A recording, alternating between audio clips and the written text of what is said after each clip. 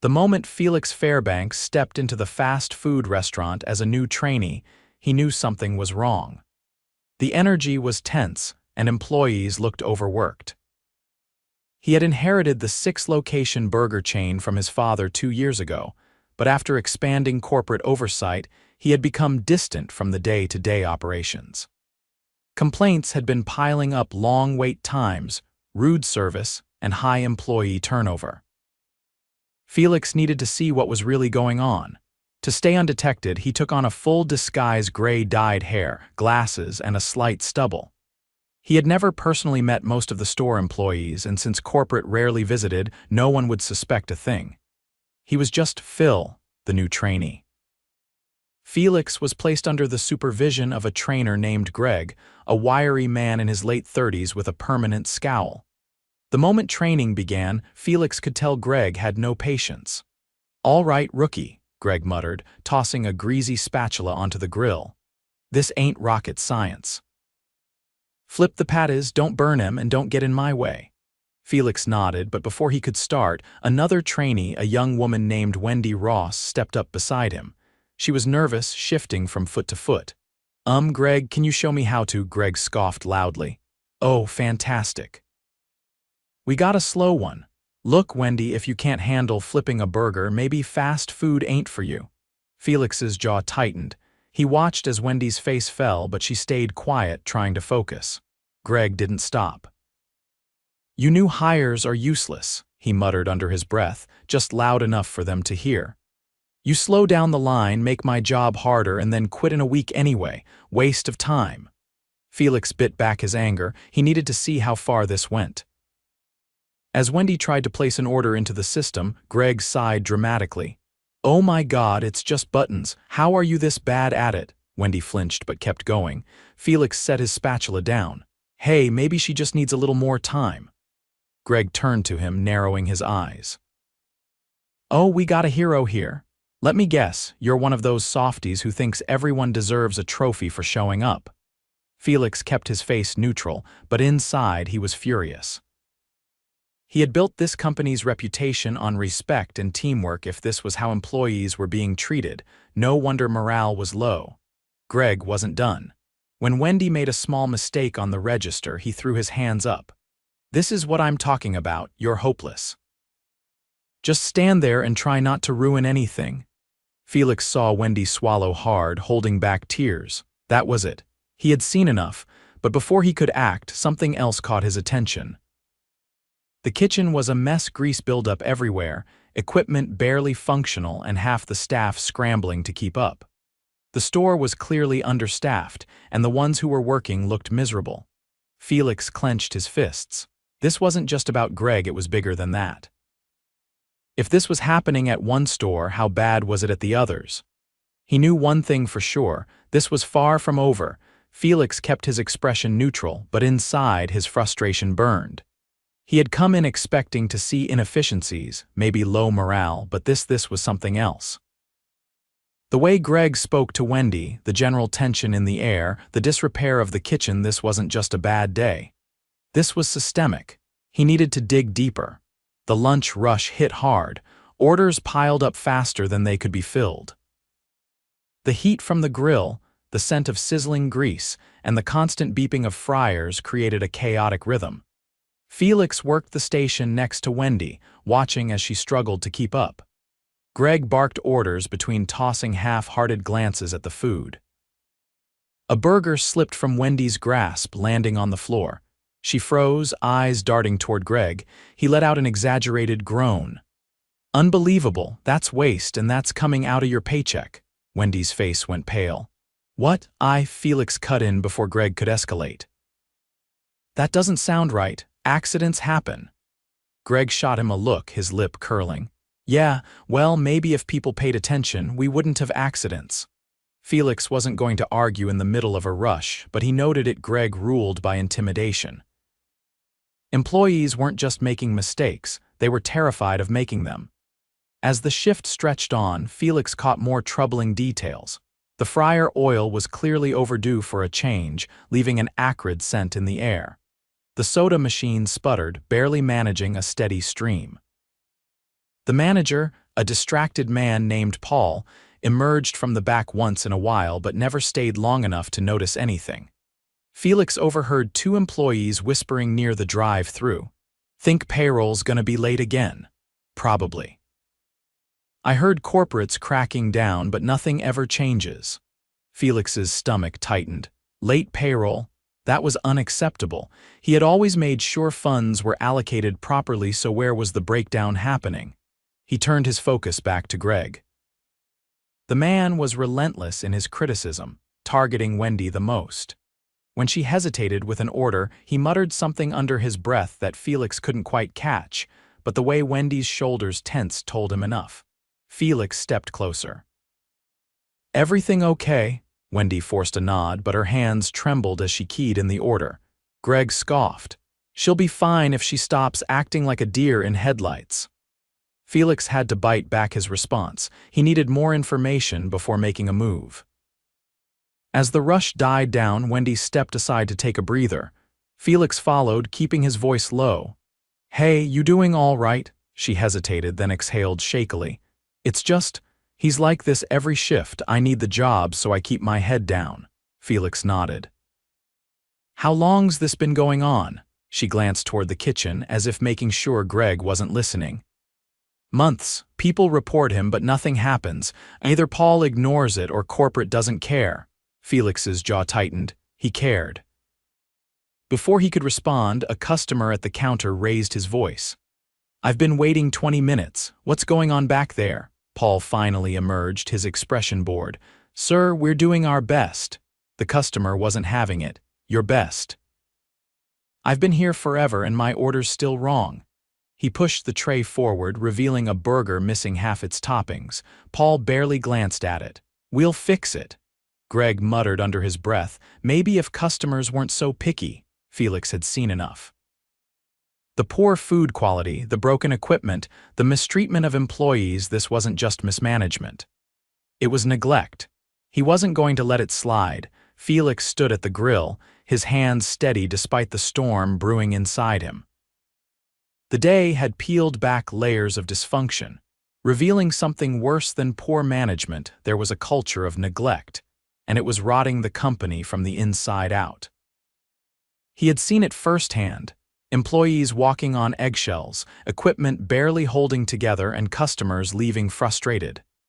The weight of it pressed on him, but he wasn't done yet. Greg hovered near the prep station, his posture relaxed in a way that suggested he was used to getting away with everything. He flicked a glance at Wendy, who was refilling the sauce dispensers, and let out a quiet chuckle. "She's still here. Thought she'd have quit by now," Greg said. Felix turned toward him. The casual cruelty of the comment sent a fresh wave of anger through him. "She's learning," Felix said, keeping his voice even, "pretty fast too." Greg gave him a sideways glance, unimpressed. "Yeah, sure, until she melts down again." Felix studied him for a moment. Greg wasn't just impatient, he took pleasure in making others feel small. And worse, he felt untouchable. Felix needed to see how far that confidence stretched. A sudden noise near the back caught his attention.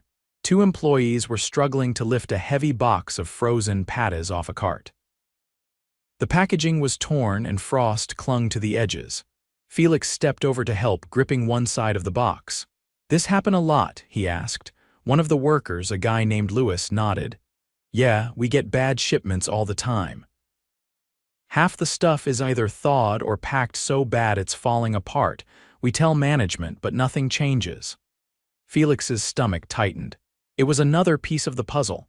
If food safety was being ignored, that was more than just bad business, it was dangerous. Paul, the manager, finally emerged from the office in the back. He had a clipboard in hand, skimming through a printout without much urgency. Felix watched him closely. "Paul," Greg said, stepping forward with a grin, "you see the mess Wendy made earlier?" Paul barely glanced up. "What now?" Greg gestured vaguely toward the register. "Dropped an order, freaked out, slowed the whole line down. Same story as always." Paul sighed. "As long as customers aren't complaining, I don't care." Felix felt the words like a slap. It wasn't just that Paul tolerated Greg's behavior, he actively dismissed any concerns. That explained why nothing had changed. Felix decided to push. Seems like the team's struggling a bit. Maybe they could use more training. Paul finally lifted his gaze, eyeing Felix with mild curiosity. You knew, Felix nodded. Started today, Paul shrugged. You'll get used to it. Fast food's a grind. People complain, but it's the same everywhere. Felix held his gaze. Doesn't have to be. Paul scoffed and turned back toward the office, already losing interest. Felix clenched his jaw. He had seen everything he needed to. The problems weren't just on the floor, they started at the top. The afternoon dragged on, filled with more small moments that confirmed what Felix already knew. A customer returned a burger because it was undercooked. Greg muttered something about people being too picky. Wendy hesitated before asking a question, clearly afraid of another sharp remark. The fryer continued to spit out oil that should have been changed days ago. Felix had reached his limit. When the shift finally ended, he stepped into the break room. The employees were scattered, some scrolling through their phones, others rubbing tired eyes. Wendy sat at the far end, shoulders hunched as she stared at the floor. Felix took a breath. Then in a clear voice he said, "I think it's time I introduced myself properly." Heads turned. Greg, who had been leaning against the vending machine, raised an eyebrow. "What?" Felix reached up, pulling off the glasses and running a hand through his dyed hair. The room went completely silent. Paul, standing by the doorway, frowned. Who? Felix met his gaze. Felix Fairbanks, CEO. A sharp breath escaped Wendy. Greg's face lost its usual smugness, his mouth slightly open as realization hit. Paul's clipboard nearly slipped from his hands. Felix let the silence hang for a moment before stepping forward. "I came here today because I needed to see what was happening in my stores, not reports, not numbers, the reality." Paul swallowed hard. "Sir, Felix raised a hand. You don't need to explain." "I saw enough." His eyes shifted to Greg, who was now stiff, his usual arrogance replaced with uncertainty. "I saw how you treat employees, how you make them feel small, how you push them until they either quit or break." Greg opened his mouth, but no words came out. Felix turned to Paul next. "And I saw why nothing changes, because you let it happen." Paul's face reddened. I just follow protocol," Felix cut him off. "If that were true, payroll wouldn't be late, food wouldn't be arriving in unsafe conditions. Employees wouldn't be afraid to ask for help." A murmur rippled through the break room. Employees exchanged glances, some nodding. Felix turned back to the group. "This is going to change, today." Greg took a step back. "Look, Felix didn't let him finish. "You're done here." Greg's face twisted. "Wait," Felix's voice was firm. "Pack your things." Greg looked to Paul for help, but the manager was frozen. Felix turned to him next. "And you, I'm bringing in someone else to oversee this location. You'll be placed on probation until a full review is done." Paul's face paled. "Sir," Felix didn't waver. "I trusted you to run this store. You failed." He turned back to the employees. "For the rest of you, things will be different. You deserve better than what you've been given. And I promise you will get it." Wendy let out a shaky breath, her eyes wide. A few employees nodded as if still processing that this was real. Felix exhaled. He had come here looking for answers. He found something worse than he expected. But now, finally, steps were being taken to fix it. And he wasn't stopping here. The stunned silence in the break room didn't last long. Felix could see the shift happening, the weight of his words sinking in. Some employees exchanged uncertain glances, while others straightened their posture as if bracing for what came next.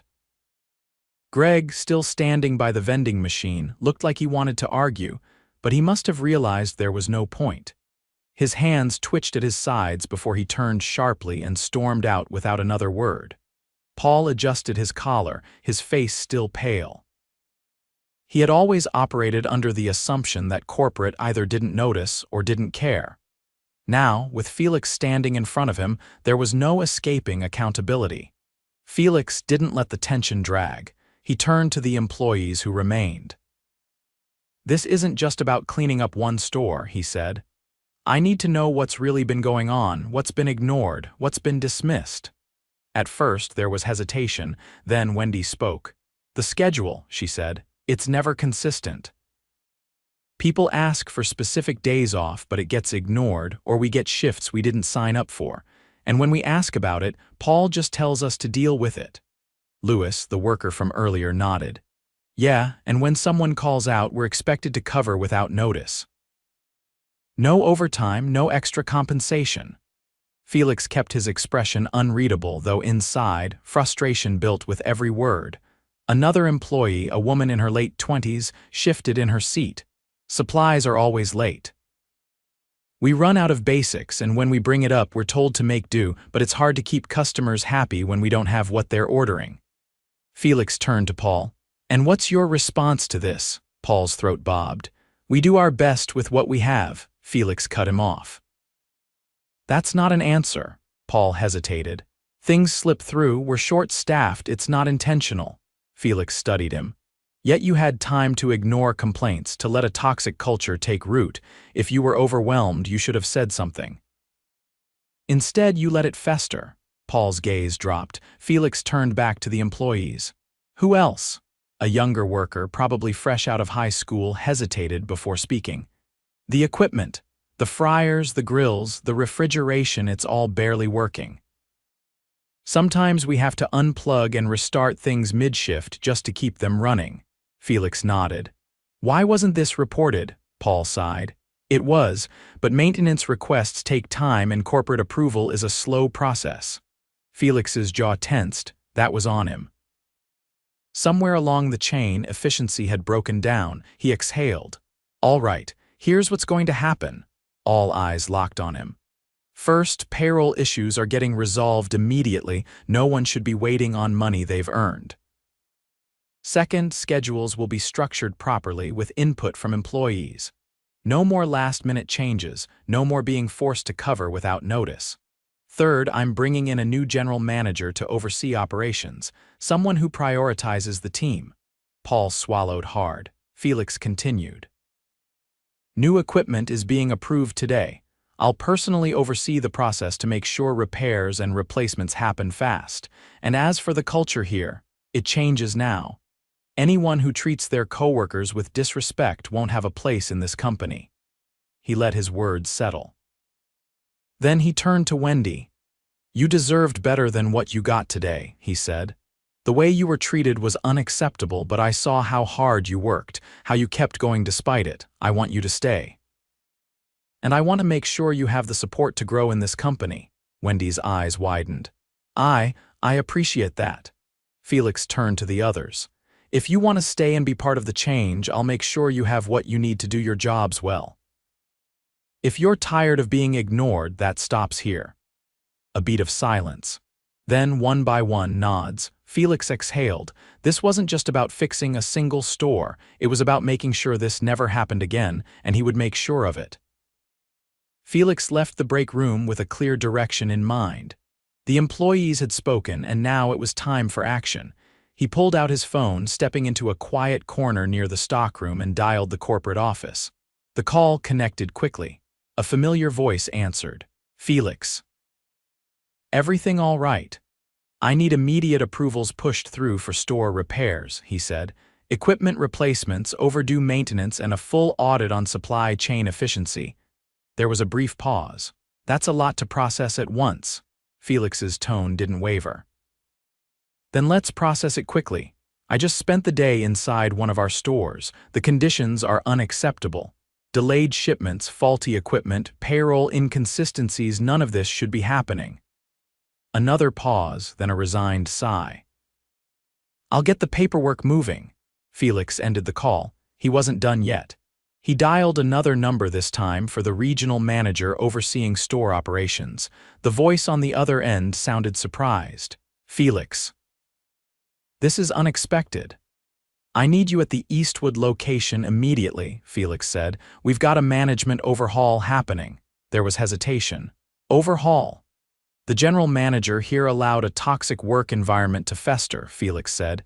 "His leadership is under review. We need someone who can step in and fix this." A long breath came through the line. "Understood. I'll be there within the hour." Felix ended the call and walked back to the front of the store. The dinner rush was beginning, and he saw the strain on the employees already. He stepped behind the counter, rolling up his sleeves. The cashier gave him a hesitant glance. "You don't have to." "I do," Felix said. "Let's get through this rush." He worked alongside them, manning the grill, assembling orders, and keeping pace with the flow. Without Greg causing tension or Paul lurking with indifference, the mood was different. The workers still looked tired, but there was a shift, an unspoken understanding that things were changing. Half an hour later, the regional manager arrived. He was a tall, composed man in his 50s with sharp eyes that took in the store's condition instantly. Felix gestured for him to follow. They stepped into the office where Paul sat stiffly, hands clasped on the desk. Paul's voice was tight. "I understand there are concerns." Felix didn't sit. "This store needs a new direction, and you're not the person to lead it." Paul's jaw tensed.